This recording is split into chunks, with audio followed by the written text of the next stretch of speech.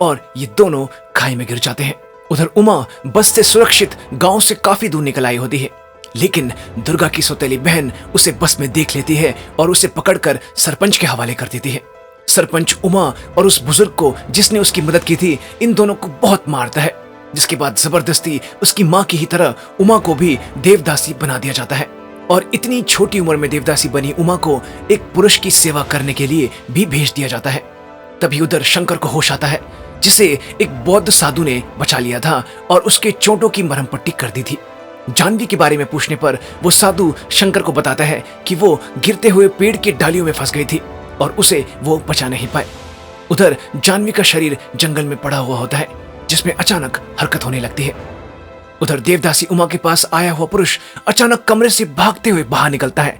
सरपंच का बेटा और उसका साथी, जो कि पेशे से डॉक्टर थे, वो उमा को चेक करने लगते हैं। सरपंच का बेटा बाहर आकर उसे ऐसी बात बताता है कि वो गुस्से से पागल हो जाता है और कहता है, ये बात अगर गांव में पता चल गई तो मेरी कुर्सी, मेरी इज्जत और मेरी दौलत सब मिट्टी में मिल जाएगी।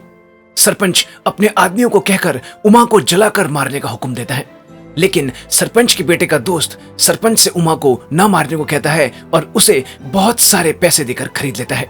जिसके बाद उमा को वो डॉक्टर ट्रेन के जरिए कैट फैसिलिटी ले जाता है। उधर कैट फैसिलिटी में खुदाई का दूसरा दिन था, जिस दिन CT-333 और वो कैदी आजाद होने वाले थे। ये सुरंग में खुदाई कर रहे होते हैं जब पहले की तरह अचानक सुरंग ढह जाती है। CT-333 जैसे तैसे बाहर निकलता है, जहां उसे कैट फैसिलिटी के लोग पकड़ लेते हैं। सुरंग में दम घुटने से दूसरे कैदी की मौत हो चुकी थी, जिसकी लाश को जलाने के लिए भेज दिया जाता है और CT-333 को कन्वर्जन थेरेपी के फाइनल सेशन के लिए, जहां तारा अपने असिस्टेंट को उसके सिर के बजाय उसके गुप्त अंग पर इलेक्ट्रिक शॉक देने वाले वायर्स को लगाने के लिए कहती है। CT-333 को बुरी तरह से इलेक्ट्रिक शॉक दिया जाने लगता है, लेकिन जब तारा का असिस्टेंट इलेक्ट्रिक शॉक की मशीन को बंद करने की कोशिश करता है, वो बंद नहीं होती। मशीन खराब हो चुकी थी, जिसके कारण CT-333 बहुत देर तक इलेक्ट्रिक शॉक्स की चपेट में रहता है। बाद में मेन स्विच को ऑफ करके इलेक्ट्रिक शॉक्स को रोका जाता है। CT-333 को बेहोशी की हालत में वापस उसके सेल में डाल दिया जाता है।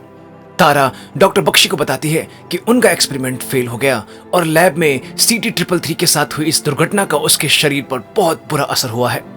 डॉक्टर बख्शी को अपने सुपीरियर्स की बात याद आती है कि अगर समय पर यह एक्सपेरिमेंट पूरा नहीं किया गया तो इसकी फंडिंग रोक दी जाएगी।